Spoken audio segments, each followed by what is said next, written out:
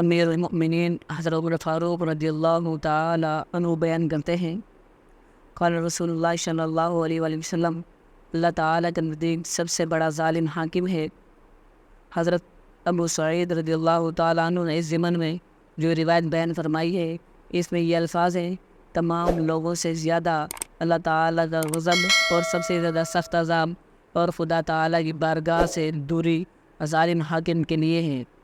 یعنی رعایا پر حاکم کا ظالم اور جبر اللہ تعالیٰ کے نزدیک سخت ناپسندیدہ اور مستحق عذاب عمل ہے۔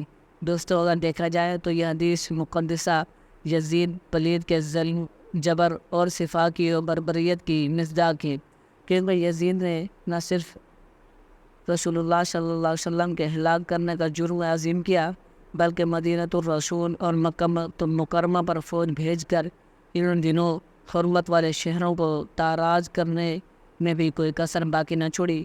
یہی نہیں بلکہ انبیاء کے بعد معزز ترین لوگوں یعنی صحابہ کرام اور صحابیات کو بے دریغ قتل کرنے سے بھی گریز نہ کیا۔ یزید کے ایسے سنگین جرائم جو اس کے ظلم کے ہونے پر قطعی دلالت کرتے ہیں، اس کے علاوہ اس کی خباثتوں کا ذکر بعض اکابر صحابہ کرام نے بھی کیا ہے، جن میں اہم ترین نام ام المؤمنین حضرت سید عائشہ صدیقہ رضی اللہ تعالی عنہ اور امیر المؤمنین حضرت سیدنا علی کرم اللہ وجہہ الکریم کا ہے۔ آپ نے یزید کی کن برائیوں کا ذکر کیا، اس کی تفصیل میں آگے بیان کریں گے۔ اس سے پہلے ہم مفسر قرآن حضرت سیدنا عبداللہ ابن عباس رضی اللہ تعالی عنہما کا یزید کے نام میں خط آپ لوگوں کے سامنے رکھنا چاہتے ہیں، جو کہ شہادت امام علی مقام حضرت سیدنا امام حسین رضی اللہ تعالیٰ عنہ کے بعد آپ نے لکھا تھا۔ چنانچہ حادثہ کربلا کے بعد واقعہ حرہ سے پہلے حضرت ابن عباس نے یزید کو اس وقت ایک خط لکھا جب اہل مدینہ نے یزید کے خلاف اس کے فسق و فجور کی وجہ سے بغاوت کر دی تھی۔ در حقیقت آپ نے یہ خط یزید پلید کے ایک خوش آمدید خط کے جواب میں لکھا تھا۔ بس آپ نے یزید کو لکھا: اے یزید، نہ تو مجھے تو سے محبت ہے اور نہ ہی میں تیری تعریف کرتا ہوں۔ کیا تو سمجھتا ہے کہ میں تیرا حسین کو قتل کرنا بھول گیا ہوں؟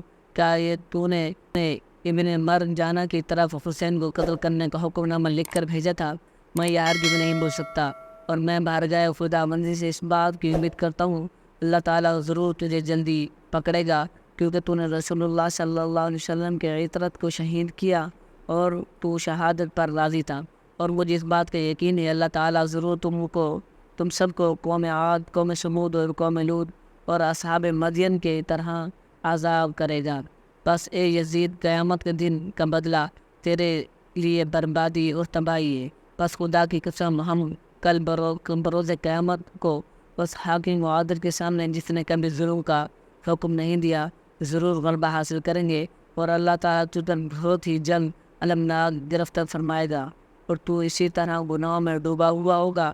اللہ تعالیٰ تجھے دنیا سے ذلیل و خوار اور راندہ بارگاہ میں کر نکالے گا۔ تاریخ کامل۔ دوستو، حضرت سیدنا ابن عباس رضی اللہ تعالی عنہما کے اس مکتوب سے بہت سی چیزیں واضح ہو جاتی ہیں، جیسا کہ آپ یزید سے حد درجہ متنفر تھے۔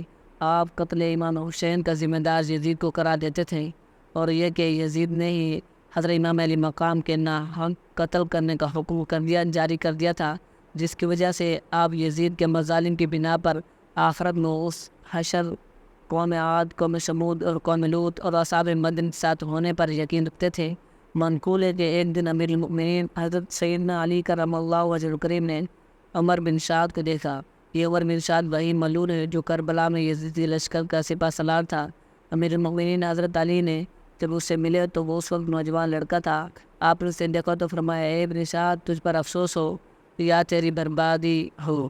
اس وقت تیرا کیا حال ہوگا جب تجھے جنت اور دوزخ کو اختیار کرنے کا کہا جائے گا، اور تو بخوبی دنیا کے بندے دوزخ اختیار کرے گا۔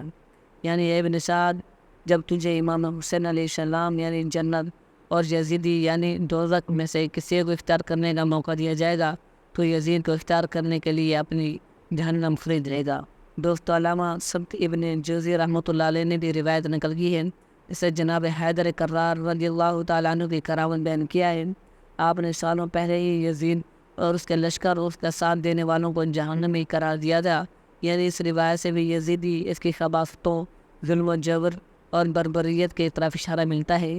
یہاں تک ام المؤمنین حضرت سید عائشہ صدیقہ رضی اللہ تعالیٰ عنہ کا تعلق ہے تو اگرچہ آپ واقع کربلا سے پہلے ہی وفات پا چکی تھی، لیکن آپ نے یزیدی کی خباستوں کی طرف اشارہ کرتے ہوئے فرمایا، اللہ تعالیٰ یزید تعان و لعان کی عمر خراب میں برکت نہ دے۔ یعنی آپ کا یزید کے حق میں بد دعا کرنا ایک طرف تو یہ ثبوت فراہم کرتا ہے آپ یزید کے کردار بد کے بارے میں خوب جانتی تھی اور آپ اس سے سخت ناراض بھی رکھتی تھی۔